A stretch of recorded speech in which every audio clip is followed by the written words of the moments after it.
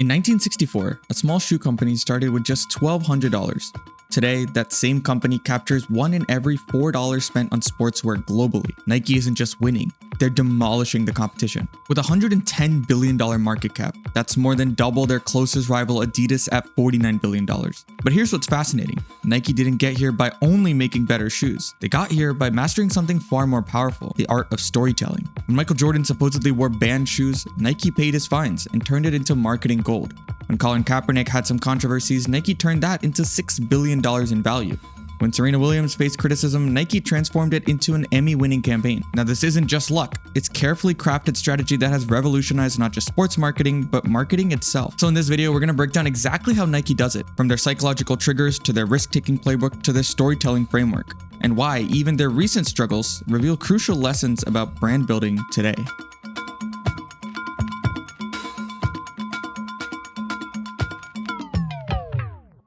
So the early 1980s was a revolution in how shoes were made. Factories were moving from the US to countries like China and Mexico looking to save some money. China went from zero to hero pretty quickly, making over 2.7 million pairs by 1990. Around this time of China's growth, Nike was just a tiny company. Like I said, they started with just $1,200. But something magical was happening. The fitness craze was exploding. People wanted special shoes for every single thing. Then came the moment that would change everything. Nike signed Michael Jordan for $2.5 million in 1984. 2 months into the deal, $70 million worth of shoes were sold, and just 1 year later, Jordan shoes made over $100 million.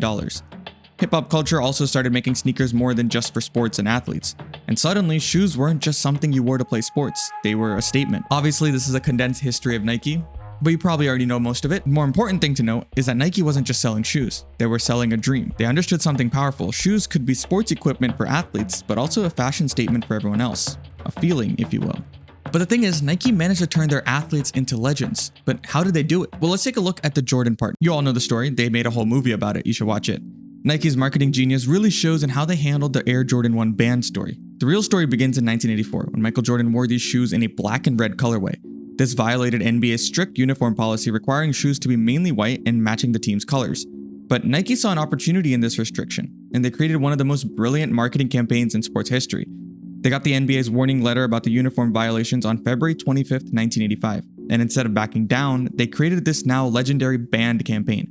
It said that on September 15th, Nike created a revolutionary basketball shoe, but on October 18th, the NBA threw them out of the game, and that fortunately for you, the NBA can't keep you from wearing them.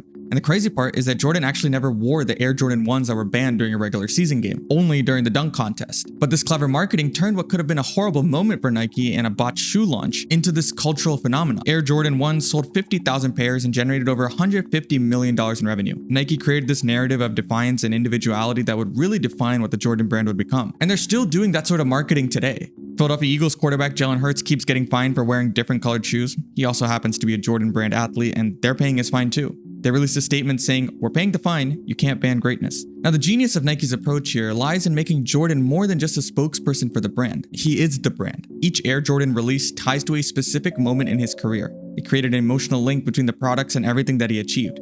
Now, Nike couldn't have possibly known Jordan would become as big as he ended up becoming. Neither did they for LeBron or anyone else, but they saw the results. More than the shoes, it became what the shoes actually represented. Much like other great brands we've covered, they were selling a story. Nike created this connection with their fans and customers that would last decades. That's how they were thinking about this. Even just from 2018 to 2024, the Jordan brand has grown from $2.8 billion to $7 billion, with Michael Jordan taking home $350 million every year from his 5% royalty that he gets. So you can see how Nike cracked the secret code of storytelling, and it changed everything for them. For example, when they said female athletes were too emotional or too crazy, Nike took those words and transformed them into a powerful message. Their famous Serena Williams Dream Crazier campaign didn't just sell shoes, it also told a story about breaking barriers, believing in yourself. And for little kids, they don't just show these athletes, they show them as heroes. Even LeBron James, Nike saw something special in him before he even played his first professional game.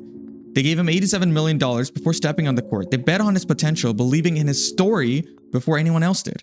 And you can just see it with the ads that they run with LeBron. Every Nike commercial is like a mini movie where ordinary people can become extraordinary.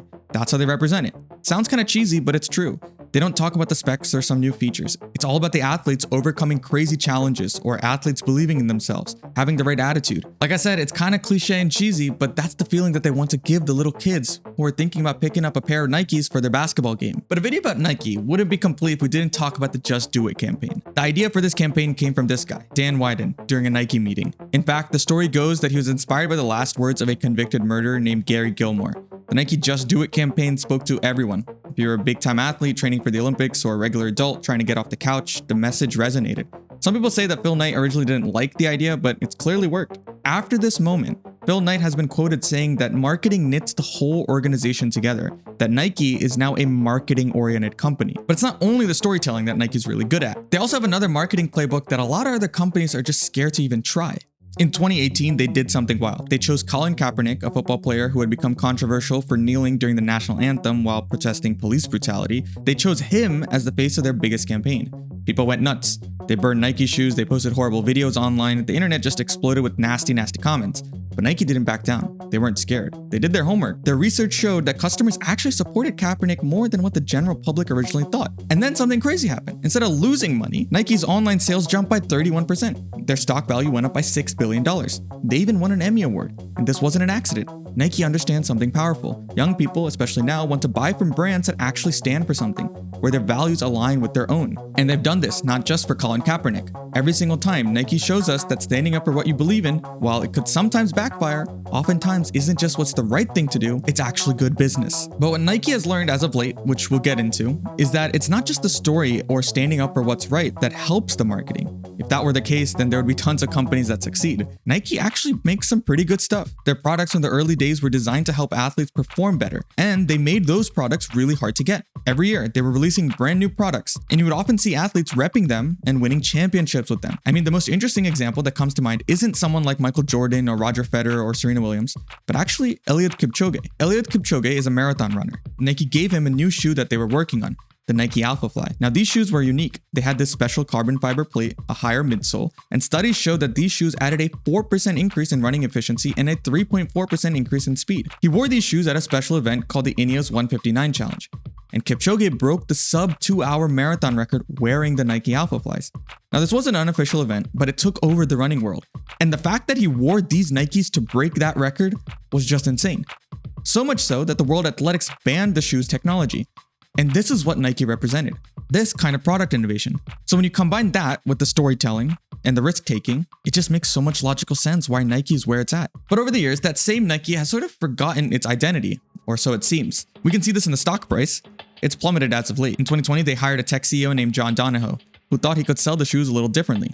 His idea was to cut out the stores where a lot of people would go and buy Nike, selling everything online. And during COVID, when everyone was stuck at home, this sounded like a brilliant idea. And it worked. People had extra cash, they were buying through the app, and sneaker culture was just through the roof. Nike's online sales were just insane. But the big mistake was doubling down on this, thinking that the COVID buying power would just continue. And then you leave space on the shelves for other companies like Hoka and On Running, which also have pretty good design teams and shoes themselves. And on top of that, when you try to squeeze out every dollar possible and spend less money on innovating and releasing new things, you get to the situation where people just stop wearing Nikes and you start seeing other shoes on the street. There are also some other problems like Nike not controlling the supply well and the demand not being there because the quality wasn't that great. Sure, the storytelling and marketing were still there, but that's not the only reason people buy Nikes, right? Also, when you start losing some big time athletes, it doesn't help either. So all of this tanked the stock price of Nike, and it got so bad in 2024 they had to fire Donahoe, and they brought back Elliott Hill, someone who has been working at Nike forever. He understands it. It looks like Nike has learned a lesson. They learned that they have to go back to their roots, creating insanely good products and combining athlete storytelling to market those products.